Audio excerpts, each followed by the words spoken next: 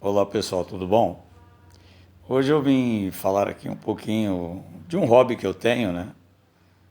E que nunca termina porque nunca consigo completar, que é estudar algumas línguas, né? Que nem o grego, também estudar um pouco de alemão e outras línguas, né? Mas assim, é o que eu mais me identifico assim, pela dificuldade, é o grego e o alemão. Então, no alemão eu fico, né, exercitando em dois livros que eu tenho que são bilíngues, né? Um do Kant e o outro que é a tradução do Fausto Castilho pelo Unicamp, que é quase 900 páginas, acho. Bem, assim, de vez em quando eu fico tentando ler uma frase ou outra e comparando e adquirir vocabulário. Eu nem entendo o que ele está falando, na verdade. Eu não me preocupo com o conteúdo. Eu me preocupo mais com a sintaxe, né?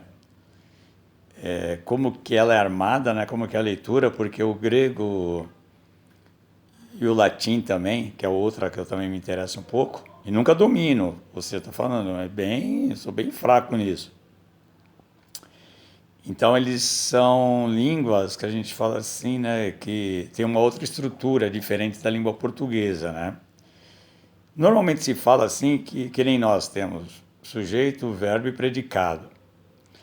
Quando a gente vai aprender essas línguas, é ao contrário. Sujeito pode ser na frente ou qualquer lugar e o verbo sempre vai no final.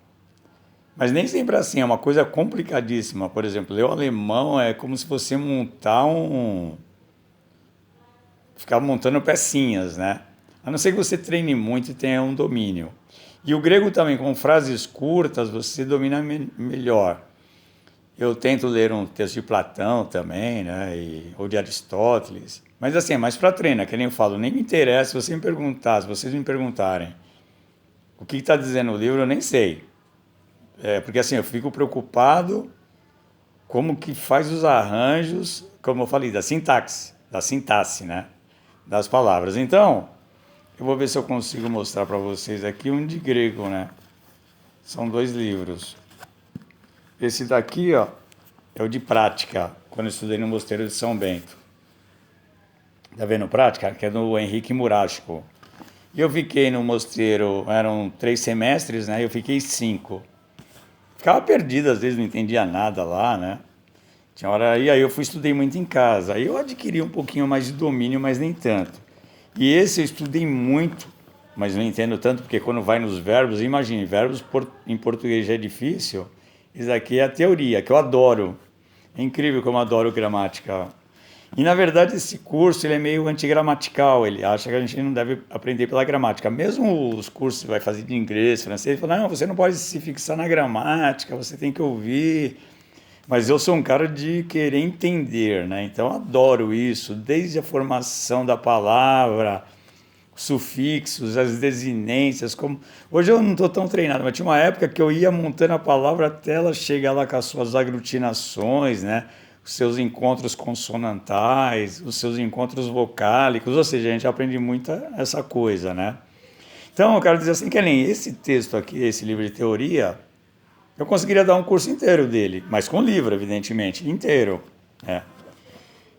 E esse daqui que é o exercício, né? Então eu recomendo para vocês. Eu pretendo fazer um curso ainda um dia. Vamos ver se eu monto online. Eu preciso comprar uma lousa. E se interessar, vou passar um pouco que eu conheço, né? Eu não sou um grande tradutor. Eu não me interesso tanto pela tradução, me cansa.